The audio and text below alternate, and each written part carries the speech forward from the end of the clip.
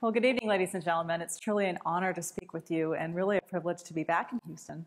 This is my first time at this glorious facility, and I wish I could speak on a happier topic, but I study the Islamic State of Iraq and al-Sham, which I would also describe as a global threat today.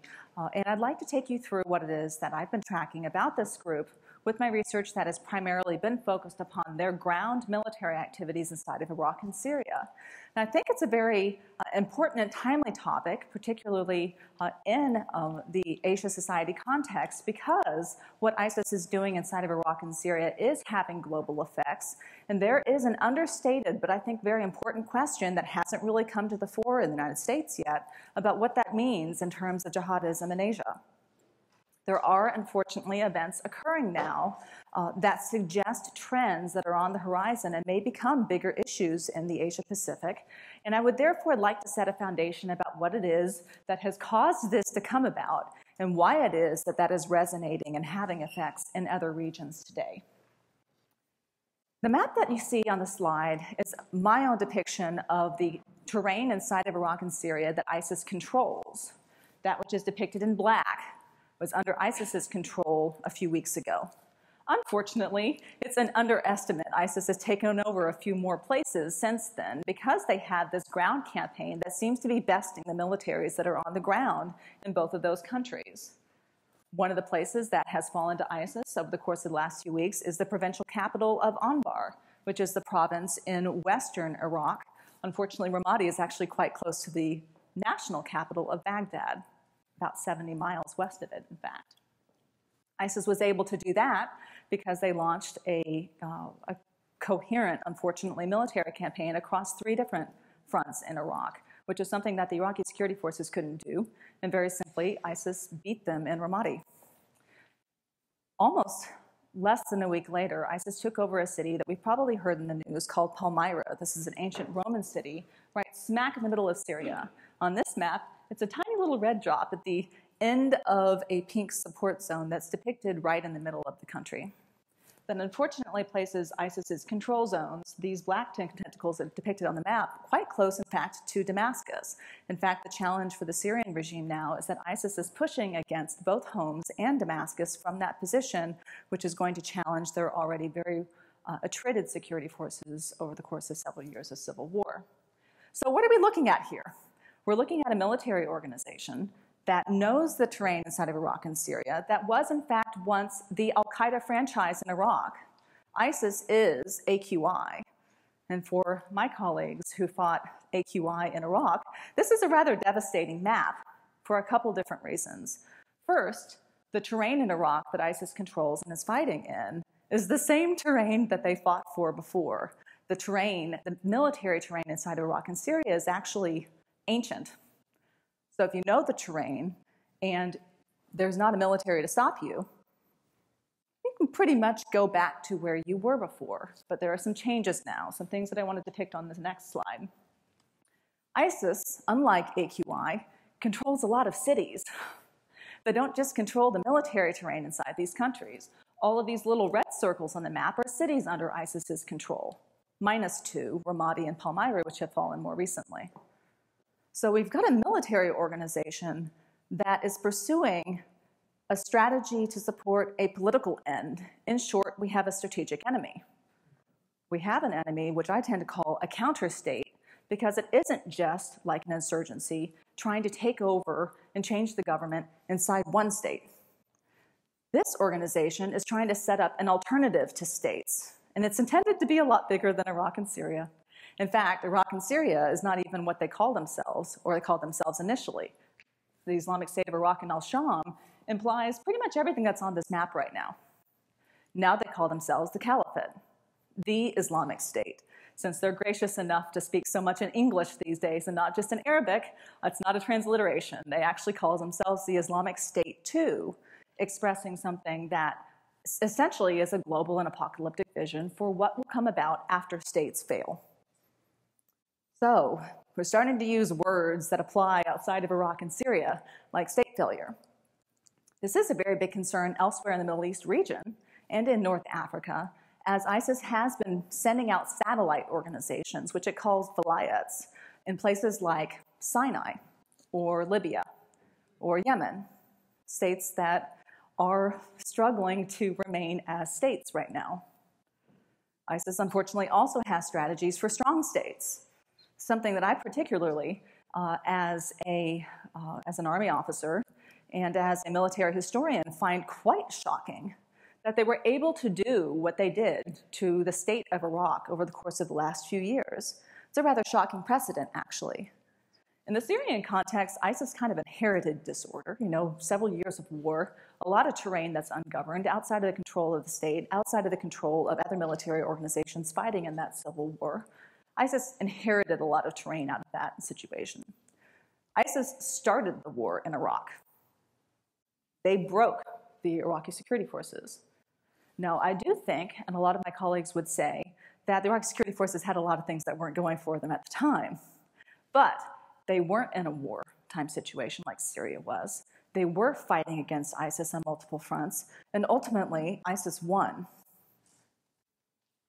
One of ISIS's strategies was to use the strategic vulnerabilities of the state of Iraq to its disadvantage, specifically a sectarian fault line, which had sparked a civil war in Iraq when AQI was trying to pursue the strategy several years ago.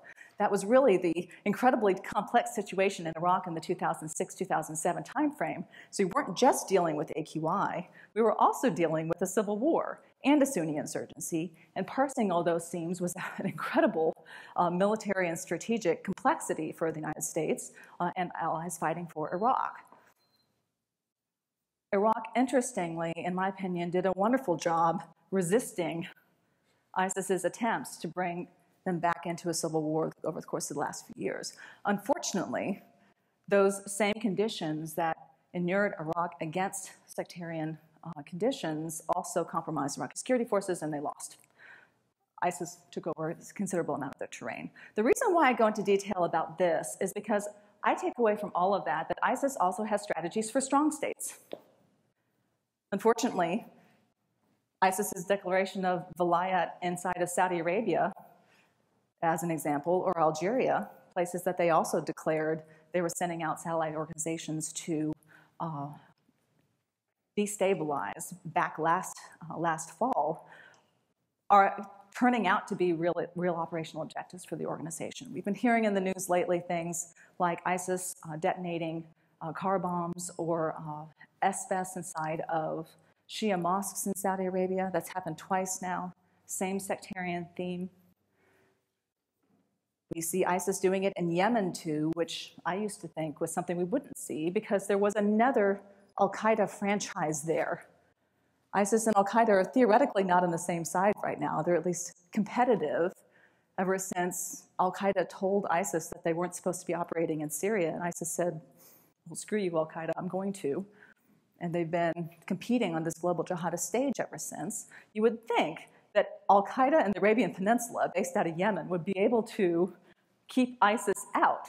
But unfortunately, ISIS is working circumstances in multiple states at the same time that achieve aggregate effects. So, across the Middle East and North Africa, before we start talking about what this means in terms of a global strategy that ISIS is pursuing, we see strong states and we see weak states, and we see ISIS going after multiples in order to do complex things to strong states that put their strength in check. I'm specifically going to talk about two for a moment because I want to imagine how this translates to other regions that, frankly, I know less well than the Middle East and North Africa. I would ask you very much to be tough with me about whether or not this applies to Southeast Asia, which I personally know less well. ISIS's strategy for Saudi Arabia, in my view, is actually quite sophisticated. ISIS is attacking the Saudi Arabian borders with Iraq. ISIS is attacking in Yemen, where there is disorder that is of incredible concern to Saudi Arabia. Saudi Arabia, having been quite concerned about Iranian expansion in the Middle East, is more concerned about Iran and Yemen and Saudi Arabia than they are about ISIS. And what does ISIS do? ISIS attacks Shia mosques inside of Saudi Arabia, such that in order to maintain a sense of domestic security, Saudi Arabia has to call the Shia civilians killed in those mosques martyrs. That's a check on a lot of different things that Saudi Arabia would like to be doing in the region right now. It's, among other things, a check on what Saudi Arabia might do to ISIS in this terrain. What Saudi Arabia is actually doing on this map right now has nothing to do with ISIS.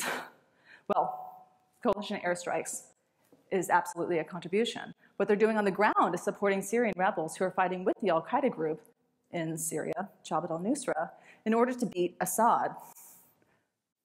So ISIS's strategy is unfortunately coherent when it comes to one of the strongest states in the region. ISIS's strategy for Iran is unfortunately coherent too, because all of that terrain really matters to Iran.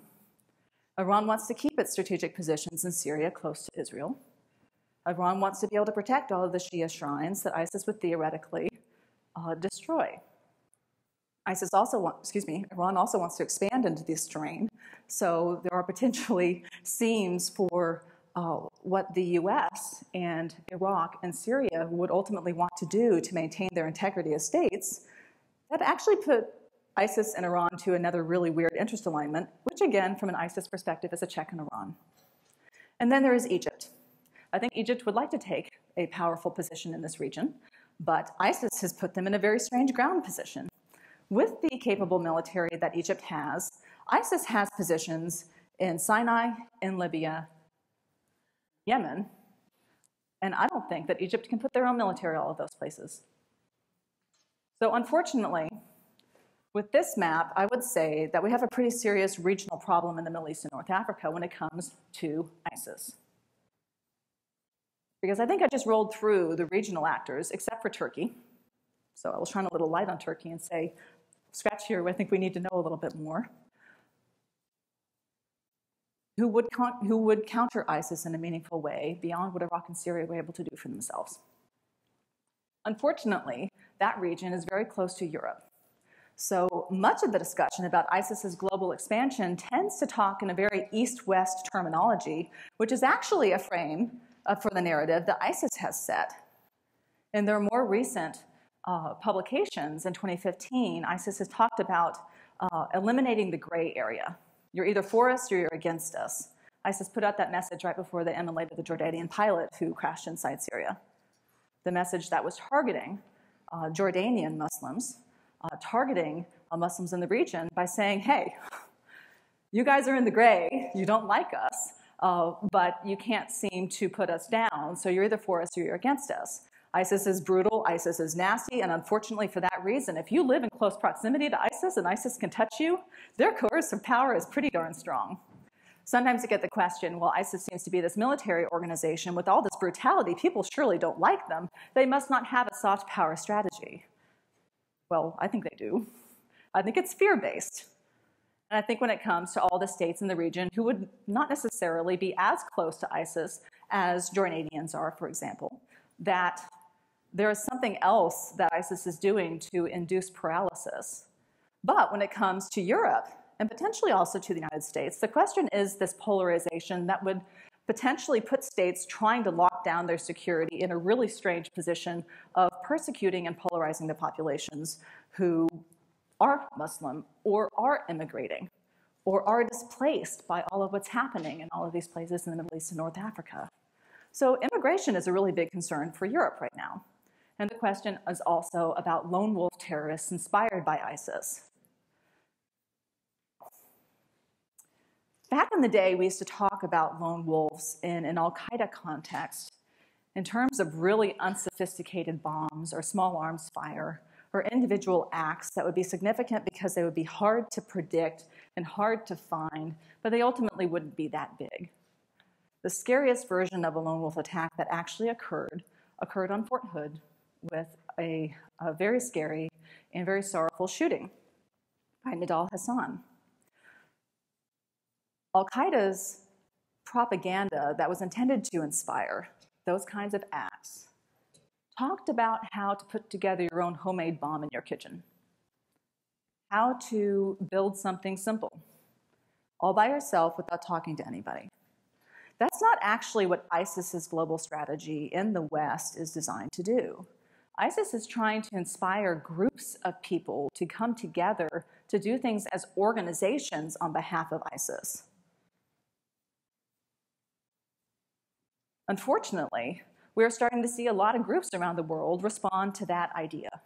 ISIS has this winning team motif now because of this. We're coming up on 1 year that ISIS has declared the terrain and the cities under its control in Iraq and Syria the caliphate. The caliphate now message resonates. The message of having, unfortunately, a US-led coalition declare a strategy to defeat ISIS that hasn't. This emboldens groups that are looking at ISIS and thinking, hey, if they can do it, maybe I can do it too. And we're seeing an inflection across multiple fronts right now of kinds of attacks that we don't usually see. One of the events that my team collected this past weekend was in the Philippines on Jolo Island. I think it's the first IED we've had there in 5 years. And while no group has claimed responsibility, there are 2 groups on the radar right now. One, Abu Sayyaf group, which, according to some sources, has declared, or at least some contingents within that group have declared allegiance to ISIS. And 2, a new group, the name of which I've just forgotten, forgive me, that has come on the radar as it has been declaring its allegiance to ISIS. So with that example, I'm going to try to pivot what it is that I've been seeing in the Middle East, North Africa, and Europe specifically, to questions that I have about the very large community and potentially existing jihadist threats in Southeast Asia and how they are affected by what's happening in the Middle East and happening with ISIS. One, there is a threat that groups that were not affiliated with ISIS before, that were never affiliated with Al-Qaeda, decide that they want to become affiliated now because it is a cool and powerful thing to do.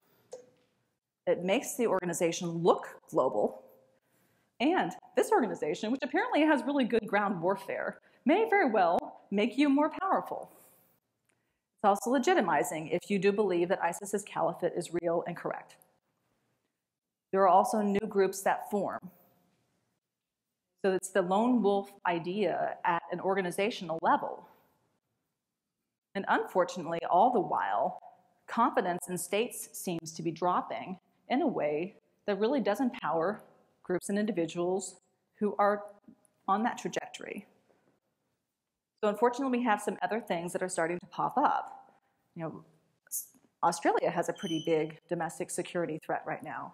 And along with Germany, have been having a lot of protest and counter-protest movements over the issue of what to do about vulnerabilities to ISIS. So I don't have many data points in Southeast Asia right now. We've got a few more in Afghanistan lately, though apparently the Taliban and ISIS are clashing in Nangarhar along the Khyber Pass. There are also apparently ISIS training camps in Western Afghanistan and provinces where nothing really happens except for sanctuary. I would expect that that's part of ISIS's ultimate strategy for the rest of the historic caliphate lands. But I think this really raises a fundamental question about where Southeast Asia fits in caliphate terms, because there isn't necessarily a caliphate precedent, but there is a caliphate opportunity that I think ISIS would find very attractive. There have been references to ISIS recruiters recently detained in places like Bangladesh. I think places all over the world are vulnerable to these kinds of individual indicators at the moment that are both affirmations of state security being very concerned about the issue and affirmations that there is interest. One of the other things that's very different about ISIS today compared to AQI or Al-Qaeda movements that I've tracked before is that these are so globally visible, it's amazing. Everybody is tracking this in social media, in YouTube, on the news. Everybody knows. And the world is more connected now than it ever was before. So this applies to jihadist groups and jihadist actors and potential actors as well. One of the other conditions that I would say is particularly visible to me in the Middle East context, but I think it does scale and it does apply when it does occur elsewhere, is the condition of generations of displaced persons who don't have resources and don't have state identity, and where that leaves them when they are looking at maps like this and they're dealing with questions about state viability and questions about caliphate viability. I would specifically point to the Syrian population, which is a number that I track very closely. That's what I tend to study. Right now, actually, this statistic is several months old now. We're looking at something like 7 million Syrians displaced inside Syria, over 3 million displaced outside of Syria, when Syria's pre-war population was 20 million. Half of them. Several years, those who are growing up inside of Syria don't have any resources because we can't get to them. Those who are outside of Syria are getting a lot less now, and they're growing up without an identity connected to the Syrian state. Pretty much an anti-Assad identity for the most part now. You know, we used to say that Syrians were Syrian first, that when it came to sectarian identities, when it came to religion, and came to all the other levels of identity, where we used to put, let's say, tribal identity highest in southern Afghanistan, and Syria was Syrian first. We don't say that anymore. That identity has actually perished. So what do we have when we have situations of disorder and extreme humanitarian crisis overlaid on top of these kinds of vulnerabilities with bad actors that are trying to do this through extreme violence? We are actually talking about conquest campaigns coming back, erasing multiple state borders and establishing new systems, new international systems, without states countering them and putting them back in the box. I've never seen anything like this before. People ask me where this is going.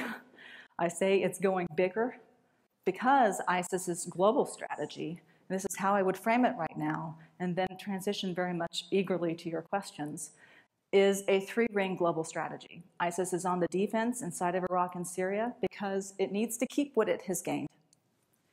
ISIS's defense is aggressive. If you can attack on more fronts, then the places that you control become foregone conclusions.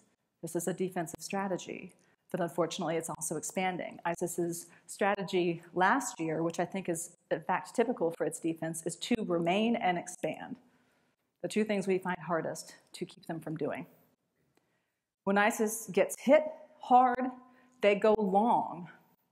They go long into other rings. They go long into the near abroad ring, which is what my team calls essentially former caliphate lands that extend from Khorasan to Spain, to Ottoman Empire and the Caucasus. Also the far abroad, where ISIS is doing a lot of this social movement campaign to get others either to come into the caliphate to perform hijrah or to start groups and conduct movements where they are. An ISIS version of the lone wolf. When we compare ISIS losses recently, like ISIS's loss of the provincial capital of northern Iraq's province, Salahuddin, to Tikrit, this is Saddam Hussein's old hometown. Really excitingly, Iraqi security forces took it back at the end of March, early April.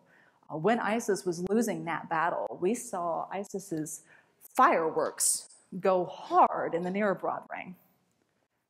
So in one sense, we see that they go long when they're having trouble. In the other sense, it's unfortunately a coherent strategy to keep their momentum up. So playing the three rings off of each other, the near abroad, the interior, and the far abroad, is something I would say is unfortunately started to occur to me as an asymmetric capability compared to what the states corporately are doing against ISIS in each one of those rings. So when it comes to counter ISIS strategies, I'd say they need to be evaluated, not just in terms of their parity against ISIS globally, and in the near abroad, and in the interior, but also in terms of how well they can be synchronized, because ISIS is unfortunately synchronizing them really well. One final tidbit that I would share that is a concern for me as I look at the near abroad, and I wonder whether or not it's going to apply to Southeast Asia, is that ISIS's style of warfare has started to go out from Iraq and Syria too. So unfortunately, that means actual movement of people with expertise going out to groups and sharing techniques. We see ISIS VBIDs in Saudi Arabia and Yemen. We also see them in Sinai and Libya. We see ISIS training camps and ISIS control of cities and typical Syrian governance techniques in Libya now too. I would say it's the most well-developed outside of Iraq and Syria. And in short, there's therefore a satellite idea to what ISIS's expansion is actually materially demonstrating. So it's not just groups on the outside mirroring back at ISIS, it is also ISIS going out in certain places. Right now, that is inside the MENA circle of Middle East and North Africa. I don't know if it's going to stay there. It's a pretty well-connected world. But I'd say that's one of the concerns that I've got. I don't know if it's going to go to Afghanistan in a big way. I don't know if it's going to go to the Caucasus, and I don't know if it's going to go to the Asia Pacific. But I think those are the kinds of questions we actually need to ask in order to get ahead of this group's strategy, because they are that aggressive. 1 year ago, this map didn't look like that. 1 year ago, there were only a few cities inside of Syria that weren't controlled by anybody else that ISIS was claiming. It wasn't calling itself a caliphate. And its ground campaign inside of Iraq and Syria really was focused very much upon its former AQI tactics. The complexity of its warfare is really something that has dawned over the course of the last year, and the rate of its growth is staggering. So, a couple questions on which I'd end and say, please give me yours. People sometimes ask me, is ISIS going to overextend? I unfortunately don't think so, because I think that global strategy is coherent. Is ISIS going to overstep in terms of being too brutal? No, unfortunately, I think that clears the path for ISIS. Is ISIS going to stop at a particular point on the globe and say, that's enough, this is the caliphate border that I wanted, I'm mission complete, I'm going to set up an airline and do foreign policy and diplomacy with the rest of the states that remain? I don't think so. I think they're going to go as long as they can, as far as they can, and if they can go a generation without losing that, I think in their minds they've won.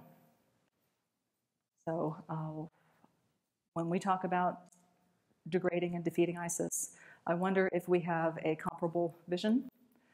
And I would say I'm frankly struggling on what it would take to overcome their warfare on the interior.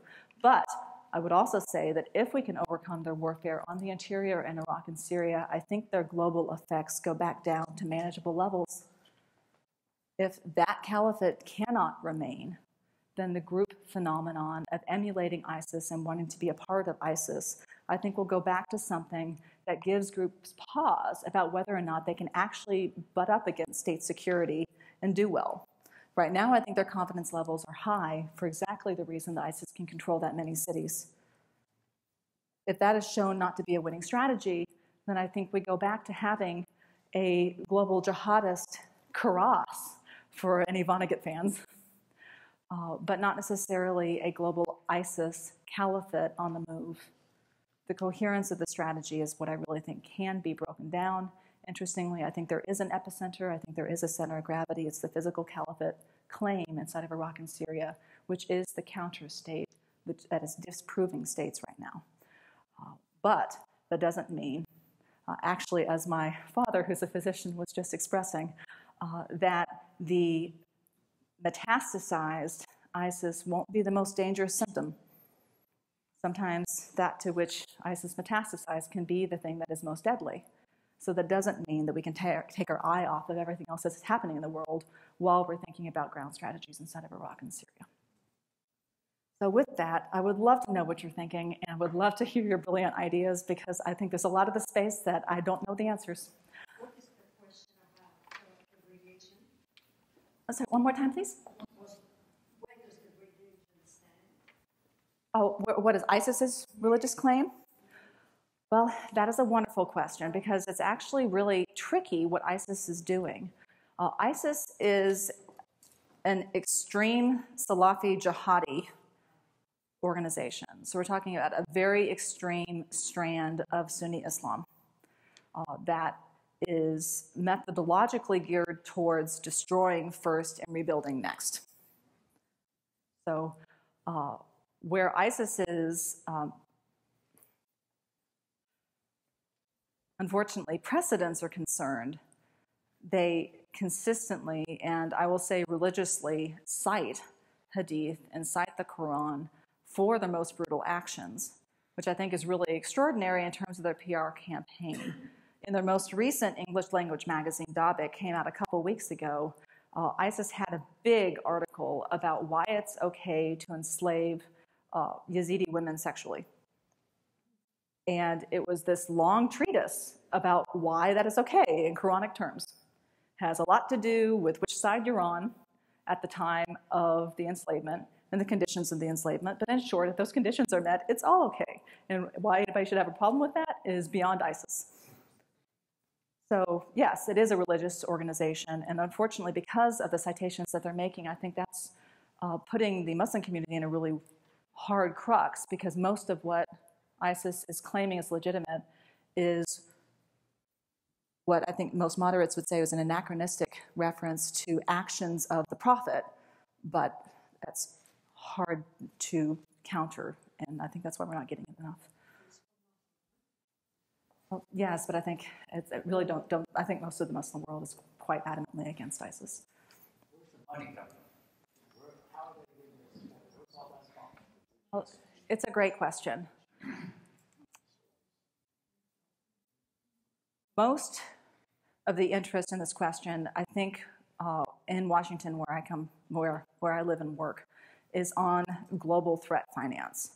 I personally watched this organization come back while the Global Jihadist Threat Finance Network was focusing all of its attention on Syria. This organization came back in Iraq.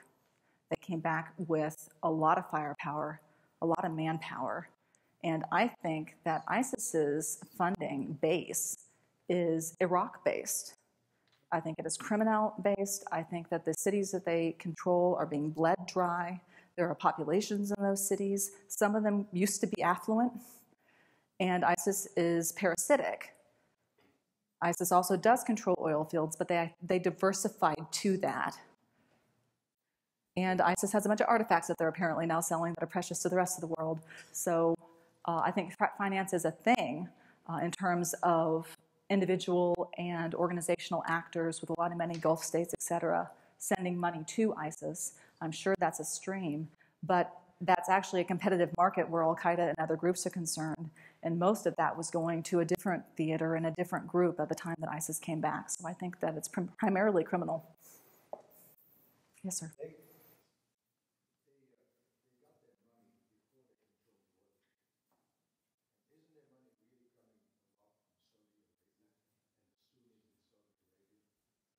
That's where the world's money is. So,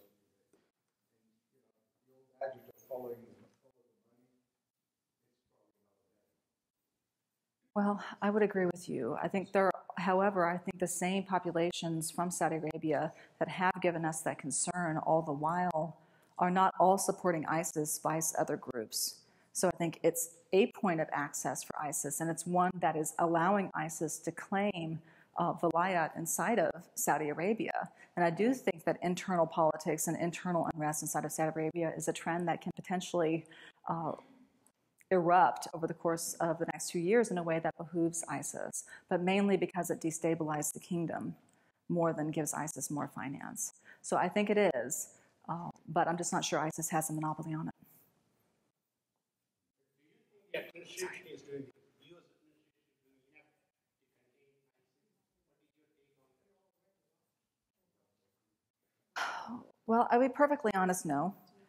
But I also understand why the administration doesn't feel like going back into the Iraq war that I fought before.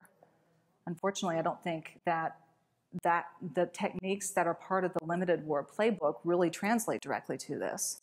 So what I would say is no, but our playbook isn't right for this. We need a new playbook.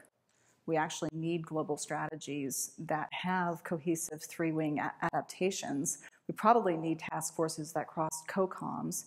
And we need strategies that are better than our current strategies for training, assist, and advise missions and security force assistance, because what we did in Iraq and what we're doing in Syria, I don't think is going to build a ground army to do what we think needs to be done.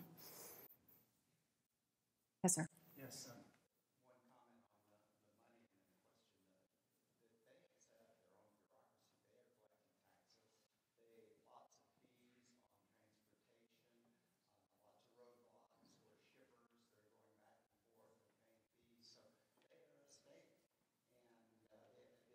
Supposedly coming from Saudi and some of the other Gulf states is not as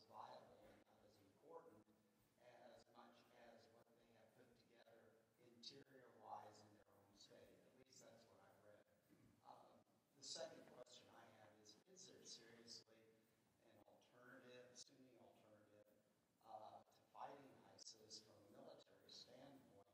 The only ones that seem to have any success right now seems to be the Shia militia or the Soleimani-led Quds forces that are coming down from, they went into Turkey and they were the ones that saved Turkey, basically. So the question is, do you have a viable group that really wants to fight ISIS and under Shia leadership in Iraq is going to be able to cover all the damages that Maliki did and everything in creating the army? Well, I think this is a really prescient question. But I'm going to start with Tikrit because it puts a cap on it as a viable COA in and of itself. Viable course of action in and of itself. The Shia militias tried to take Tikrit and they failed, giving the ISF, the Iraqi security forces, a window of opportunity to exert dominance, to choose the U.S. as a partner, to take the city with coalition airstrikes that were claimed by Iraq to be decisive.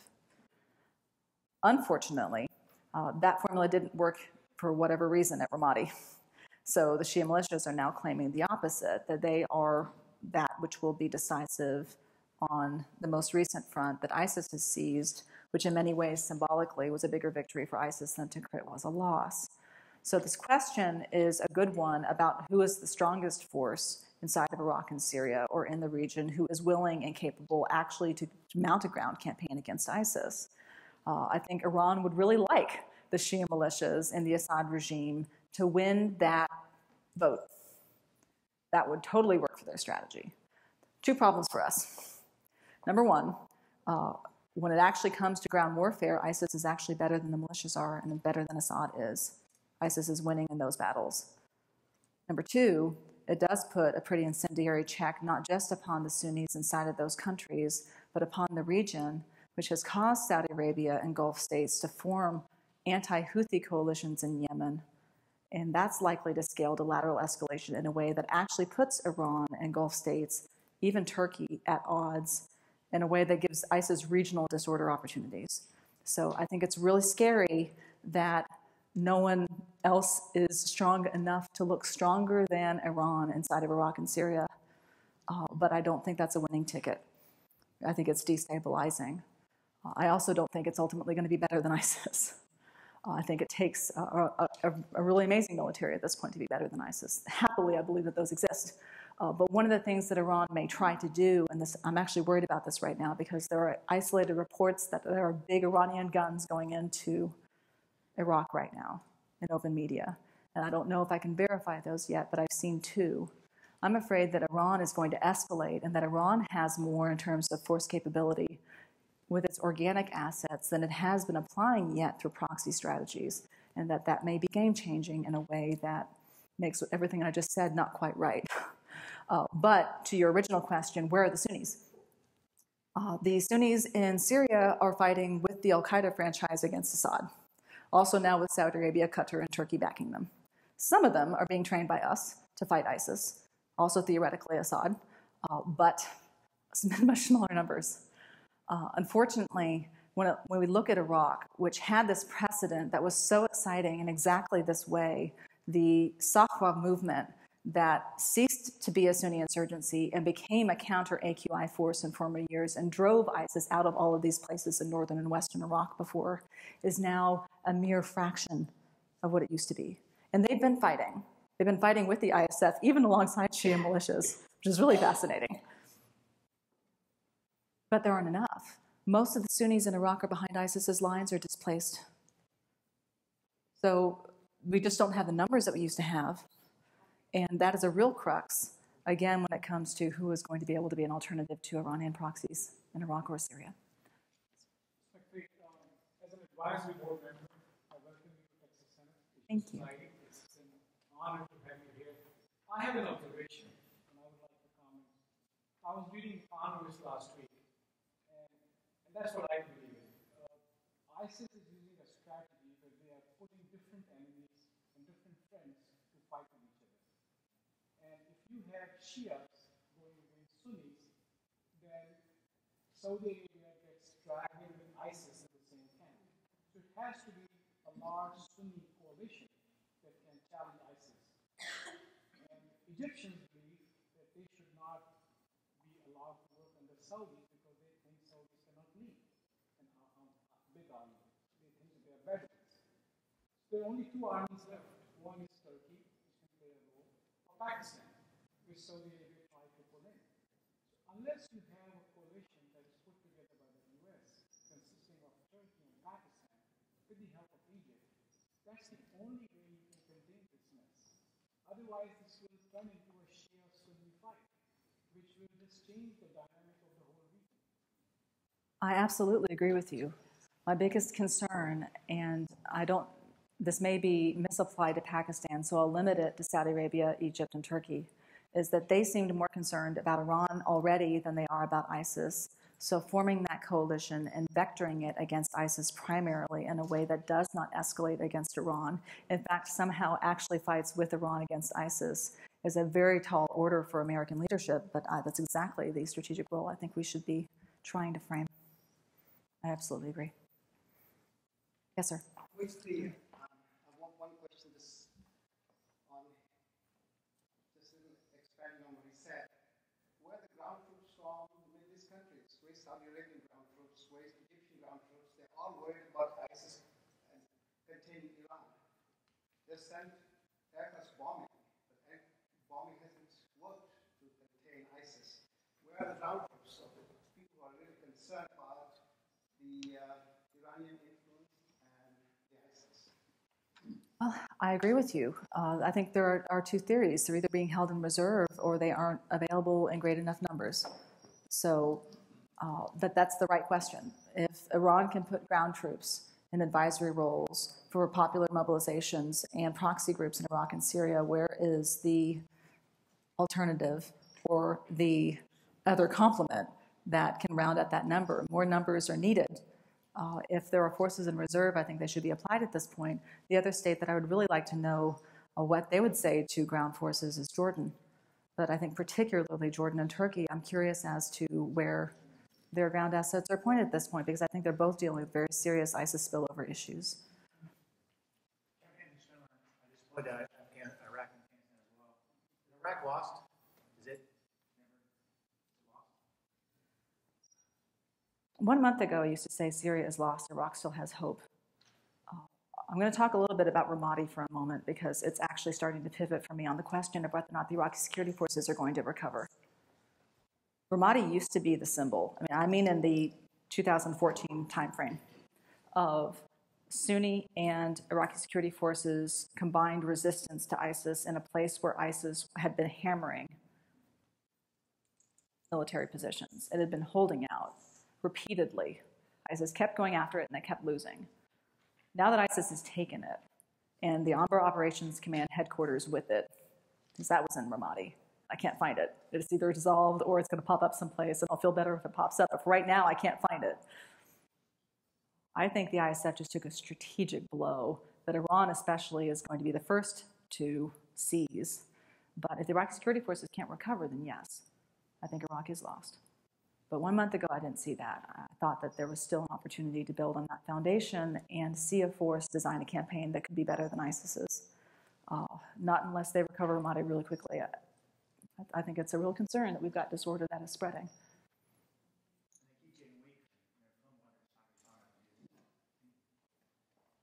Sinkhole. It's a regional destabilizer.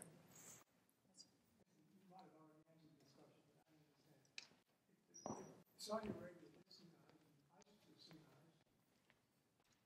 why doesn't Saudi Arabia support ISIS?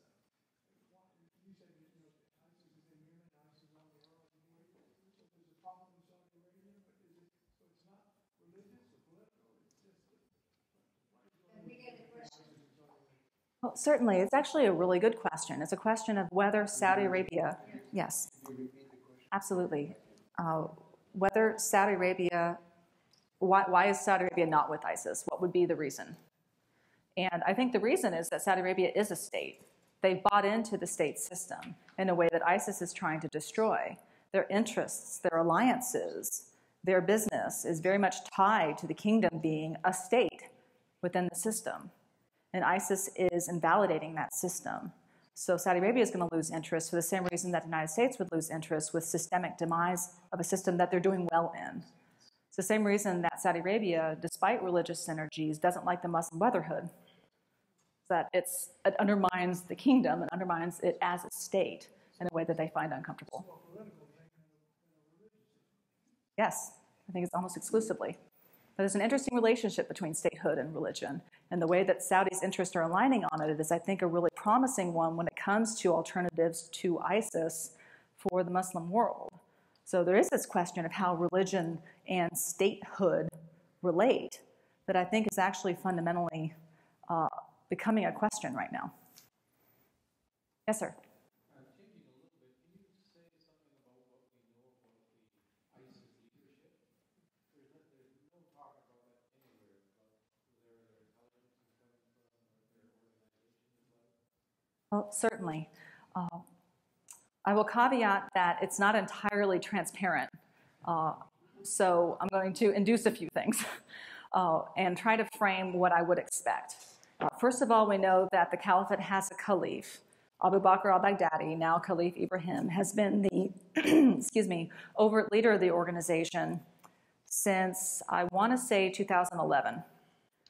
AQI had lost several leaders from Zarqawi on, and Abu Bakr al-Baghdadi had been appointed after his predecessor had perished. Around him, I expect, because this was a construct inside of AQI's organization, which it called ISI for a long time, the Islamic State of Iraq, had a Shura Council, which is a group of religious leaders at the top who advise. It also had a military command. It had ministries. There was a war minister, there was an information minister, there was a security minister, there was a finance minister, and AQI was gracious to announce all the new positions and all the new leaders in about the 2010 timeframe publicly. So original precedents for how the original organization, Al-Qaeda in Iraq, was organized give us an idea of how the bureaucracy worked. I spend most of my time trying to figure out how this warcraft is conducted, and I would say a few things that provide some more texture on the military side. First of all, this organization has operational art at a way that I don't think comes naturally. I think it comes from military organizations that train at the war college level. In short, I think there are former generals inside of ISIS. When I look to where they might have come from, one of the first places that I look is Saddam's former army, particularly in terms of how ISIS goes about its campaigns inside of Iraq and Syria. It's a very Iraq ground war focused kind of a campaign in a way that really speaks to that kind of legacy. There are other fighting styles that ISIS also incorporates, which point to other avenues of influence and membership. There is a Chechen brigade that fights with ISIS inside of Syria. They involve different kinds of warcraft. There are very visible commanders who claim to be, let's say, Shoshani is the emir of northern Iraq for ISIS. He's a Chechen, who are potentially fundamental to ISIS's campaign, particularly on that front. There are Tunisian brigades, there are Moroccan brigades, so there are multiple styles of warfare that come in through different communities that emigrate to ISIS together. So it is, among other things, organizationally, but also culturally, an international as well as Iraqi organization. It always has been. AQI was too. But there is a relationship between the center, which has to be cohesive, and the periphery of the organization that can operate in isolation as it wants to at a cellular or front level, or take guidance and resources from the center when the center demands a synchronized approach. So I think the tier that really matters, from my view, is the central and operational military leadership inside of Iraq and Syria, as opposed to the financier, for example, though I'm sure that's very important, as opposed to the media emir who can make all this amazing documentation and put it all out on the internet. That there are spheres of technical expertise inside ISIS that clearly matter, and that ISIS likes to recruit for particular technical requirements. but that the organization at its core has religious membership that thinks about statehood and also has military leadership that can make it a reality. And I think the most dangerous element is actually the military leadership, and we're specifically looking for people who have really good operational art in Iraq, and that those are probably aren't that many of them, but unfortunately more than 2 or 3 to be able to conduct that level of a war. So I'm not sure if that answered your question, but I want to provide some texture about what I think about how that organization runs. But I'm saying all that, expressing fully that the organization is opaque at that level, and the leaders who matter are likely going to be very hard to discern and find. The ones who are overt in the public are probably not the guys who really matter, because AQI had good operational security before, and I think they're going to make it hard to kill them through individual strikes. Yes, ma'am. Will ISIS attack Kuwait? No, that is a very interesting question, to which I would offer a couple of ideas. Number one, when we were talking about individual financiers to the Syrian campaign, Al-Qaeda's and ISIS, 2 years ago, individual Kuwaiti funders were a very big concern. So as there are financial streams that are useful to ISIS, if they come from Kuwait, that probably tempers the degree to which ISIS is going to perturb that system. There's also geography. ISIS has to get through Iranian-protected southern Iraq to get there, or through other routes in the region that would go through the peninsula. It's an interesting question. I actually think it would be harder for ISIS to get to Kuwait than other places, but ISIS's goals in Kuwait would be my biggest thought on the topic. Would ISIS want to destabilize Kuwait, or would ISIS want to leverage Kuwait? I think it's probably the latter. So I think ISIS would likely do that through insidious means rather than to attack it at the moment. But it's actually a really fascinating question. Yes, sir. The gentleman made a remark that you had been in the theater of war for about 36 months, and nothing else, we owe you a great deal of our appreciation for that. But my question, though, is that not long ago, the Republican candidates for president all said they would never have gone to Iraq. What does that do to the servicemen and women who did go to Iraq? What does it do to their mentality and their spirit? Oh.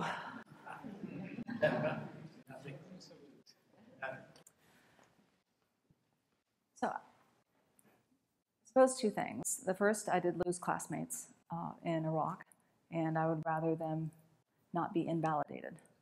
On the second, I know that we fought and won against this enemy, and that what happened afterwards wasn't a factor of how we fought. So it's interesting transitioning from the military into a civilian role where I observe policy, how pristine a monk-like position I felt about political agnosticism when I was in uniform. That it actually doesn't hurt the way that I would expect it to logically, because I got my mission, I did it really well, and so did everybody I ever worked with.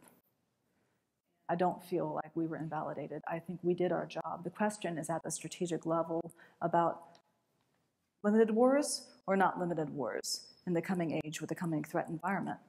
And that's a question that I think we will solve, and I think our military will be there to do the next mission well too. I can answer the question for myself. If the ends don't justify the means, then if your means were correct and you served with honor, the ends don't invalidate. The ends are just the ends. The outcomes can be very variable. That's how we'll serve. We do. Yes, ma'am. Thank you.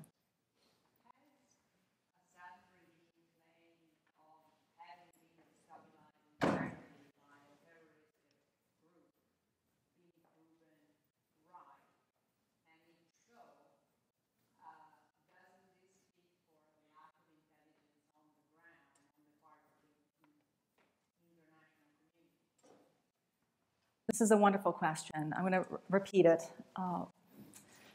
Has the Assad regime's claim that he's fighting terrorists been proven right, and what does that mean about our intelligence estimates for what has been happening in Syria all this while? I personally think that Assad has not been facing off against ISIS primarily either. Assad has primarily been fighting a civil war, and that fighting Jabhat al-Nusra with the opposition has been a bigger concern on the whole, keeping the terrain that is the urban heartland and the population center of Syria has felt like the primary focus of his ground campaign over the course of the last several years. What we're seeing in terms of ISIS's campaign against regime positions in Deir ez-Zor, in Palmyra, and in Hasaka right now is a challenge and a threat to Assad's pin in every corner, what did he call it? Army in all corners strategy. But I think in terms of strategic priorities in Syria, he ceded eastern Syria to ISIS a long time ago, knowledgeably. So, in short, I think that the way that the war has gone and the way that Assad has fought it has created the disorder in Syria that has allowed ISIS to thrive permanently in a way that I'm afraid I can't solidly say that Assad's claim to be fighting terrorism is one that I feel good endorsing. He is, however, now facing an existential ground threat, potentially even near Damascus, from ISIS's ground maneuver warfare that's going to push through Palmyra. So yes, he is now, but I don't think he was ever primarily fighting ISIS. Question about Asia. Certainly there's a lot of Islamic flavor in the area. Indonesia is the largest Islamic country in the world, and that's part of the reason anyway. And Thailand's got its fair number of sectors. In general, the Asian culture seems to embrace more the commerce and the money side of it. Would that, I don't know, agnosticism actually thwart ISIS's inroads into Asia and actually derail some of that? I can't see how that would actually play well with some of the ISIS theological and religious play. I don't see that working. Well, I am excited by that idea, and I very much hope that that's true. I would also hope that the United States would be impenetrable for the same reason. So I think the barrier of imagination needs to be wide enough to consider how ISIS would try to do it, because they're creative. But it also doesn't mean that ISIS is going to explode into the Pacific in a big way today. I think if I were to express my theory about whether or not Southeast Asia is going to play more like the near abroad for ISIS than the far abroad, the near abroad being a place where ISIS is actually trying to destabilize states and establish new territory by sticking a flag in it and claiming it theirs, I would expect that the Pacific is going to play more like the West for ISIS, and that they have to use insidious and influence techniques, which is something I actually just want to express as a bit of a weird reciprocal model. When we talk about Al-Qaeda versus ISIS and the different ways that they proceed, Al-Qaeda seems to be really big about influencing people by capturing them for Al-Qaeda in the near context, in the Syrian context, for example. Jabhat al-Nusra on al-Qaeda's behalf is trying to capture the Syrian revolution. And unfortunately, and this speaks to the Assad question too, I'm very concerned that Jabhat al-Nusra has largely succeeded in that effort. I spoke to a journalist about a month ago in Beirut who told me he can't find a Syrian fighting Assad who will say a bad thing about Jabhat al-Nusra, which is al-Qaeda. So the way that that war has gone has enabled not just ISIS, but also al-Qaeda in Syria in a very big and devastating way that is also, I think, a very important dimension to this question. But to this parity, al-Qaeda tries to influence near and tries to hit hard with spectacular attacks far. ISIS hits hard near and tries to softly influence far. They're trying to change behavior in communities in the far. So I think my question is, how will communities who are potentially susceptible to ISIS's message, who are also a part of a system in Asia Pacific where these characteristics apply, how they're going to balance ISIS's polarization message, how they're going to judge. If they judge with the region, great. I think that means that's a source of a strategy that could succeed against ISIS. And I really think that's something that should be part of the strategy, to think about the cultures that can exist with religion and also take the wind out of ISIS's sails. If that becomes hard to find, then ISIS, I think, would find a way to try to exploit it. But I think they need people in the region to help them do it. Yes, sir. One more observation, and tagging along that line. I don't think you're feeding ISIS by reacting rather than acting. Our allies in this war should be the educated populations in Malaysia, Indonesia, Dubai, Pakistan, Turkey, and also the Muslim population in the US, Canada, Australia, New Zealand. And by reacting, we may be sometimes providing the leverage that ISIS wants. So I think we need to keep carefully making sure that we keep those populations on our side. Your comments? Well, I absolutely agree. In fact, I do think that that is a goal and objective of U.S. policy right now. The how question is, I think, something that is a bit of a hang-up. But it's not clearly for lack of enthusiastic receptiveness from those populations who really don't like ISIS. In fact, in many cases, ISIS is threatening their interests or their physical security too. You know, ISIS murders more Sunni Muslims than anybody else. Well, that's probably on par with the people they come in contact with, but they most certainly are brutal to the population that is closest to their belief system. No argument. I think the question is, how does a social or a strategic messaging or a consensus element of a strategy win a ground war? And I think it's huge, but I also think it has to be a part of a strategy that will translate to effects on the ground, because ISIS's near strategy, which is making all this happen, is hard power. And I am Army, so I do think in those terms, but that's what I see as the source of their strength. It's their ability to claim that they have a physical caliphate that used to be controlled by states and isn't anymore. Yes? Do you think once the ISIS command itself has learned of these conflicts over the past couple of years and learned how to defeat large national militaries and international influences by reaching out on the strategy, and then they've made their own academic book and learned from these past couple of years, and that's how they're defeating us, is that they've been watching and waiting, and now this is a big regime taking on the debased populations we've created by these conflicts and uniting them. That's beautifully put. To which I'm going to extract a few things that... let me to repeat it?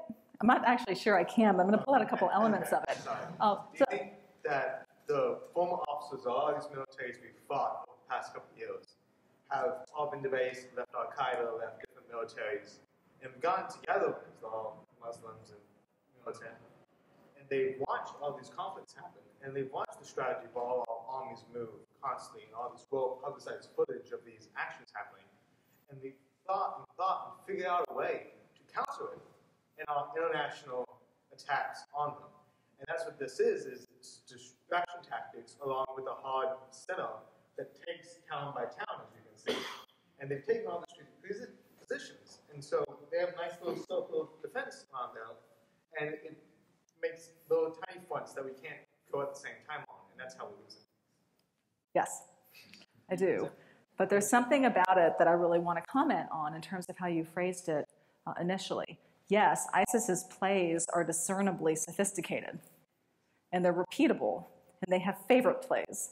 And when they use them on new fronts, we see two things. One, institutionalization, and that those techniques can be applied more places. And two, adaptation to make them work in new circumstances.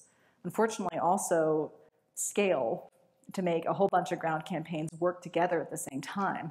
Unfortunately, destabilization is harder than stabilization. So that's the other thing I would say for ISIS, is breaking states and causing friends and foes to be put in weird checks like this is something that takes a lot of creativity, to design, but not that many dominoes push over.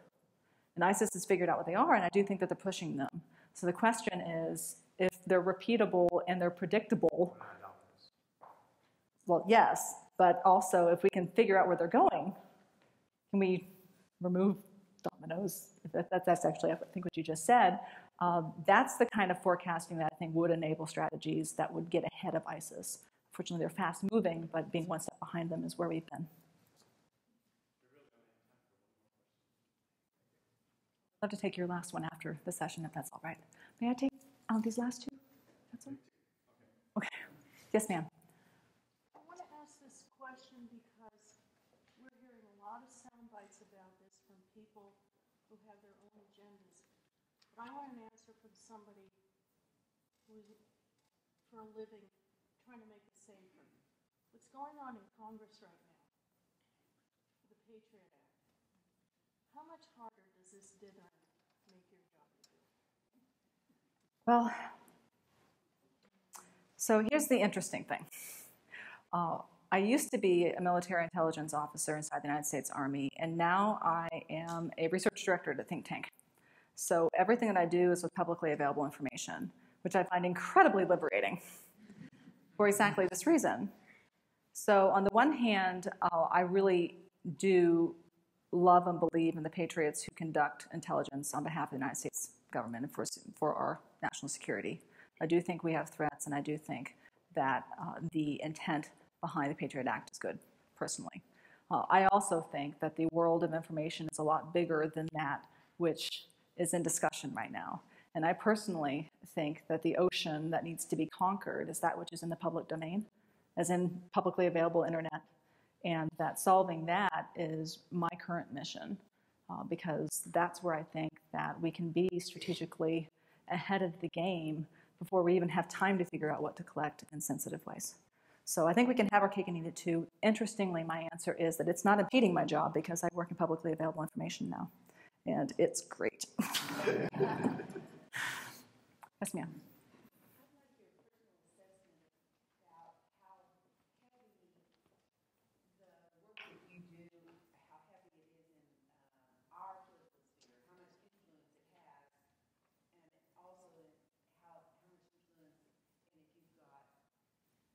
Colleagues, especially in like Western Europe, who have a lot at stake, who are also thinking along the same lines that you're working with, and how much influence they have. I'm not an expert in this area at all, and I'm not even good to say I well read, but I have not heard any or read anything as coherent and as complete as what you said in these few minutes. And it concerns me that what I do hear is a lot of other stuff. So I just kind of wonder, what's your assessment of, are you 2% or are you, where are we? It's a wonderful question, and I'm going to give I'm new to this answer because I've only been in the think tank space for about 3 years. What I think I've discovered is that think tanks are a very American thing. They are mostly in Washington, D.C., and they have a lot of influence.